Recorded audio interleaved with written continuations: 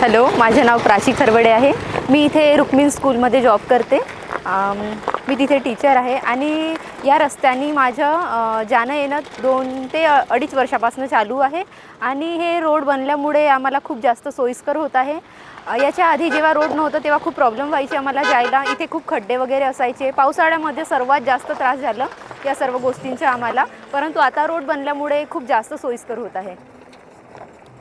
धन्यवाद। हॅलो, माझं नाव योगिता साखरकर आहे।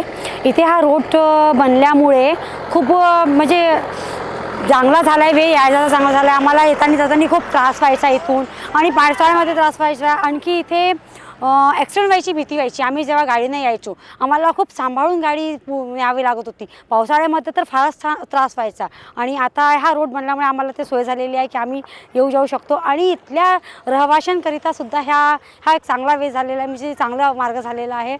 माझं नाव मनोज भूतमांगे आहे। मी भरतवाडा करारे नगर इथे राहतो। माझ्या घराच्या समोरून हा स्मार्ट सिटीच्या अंतर्गत हायवे रिंग रोड गेलेला आहे। याच्याने भविष्यात आम्हाला भरपूर फायदे होणार आहे आणि कनेक्टिव्हिटी वाढणार आहे, व्हॅल्युएशन वाढणार आहे आणि येण्या जाण्यासाठी भरपूर फायदा होणार आहे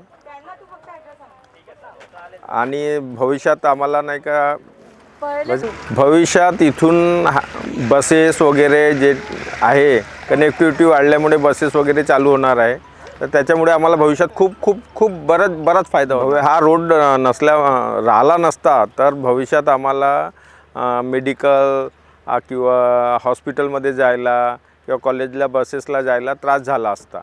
हा रिंग रोड बनल्यामुळे आम्हाला नाही का कनेक्टिव्हिटी वाढेल, तर त्याच्यामुळे आम्हाला नाही का फायदा होणार आहे। स्मार्ट सिटी रस्ता बनल्यामुळे आम्हाला सुविधा झाली आहे आणि कनेक्टिव्हिटी पण चांगली झालेली आहे। पण थोडा प्रॉब्लेम होता आता कसं आहे, स्मार्ट सिटीचा रोड बंद असताना आम्हाला थोडा प्रॉब्लेम झाला। चालेल पण सुविधा पण तशी झालेली आहे। इथं पर्यटन पण वाढलं आहे, थोडंसं व्यवस्थित चाललं आहे। आमचा एरिया आता सुंदर दिसतो, वेगळा दिसतो, त्यामुळे पण आम्हाला चांगलं वाटतं आहे।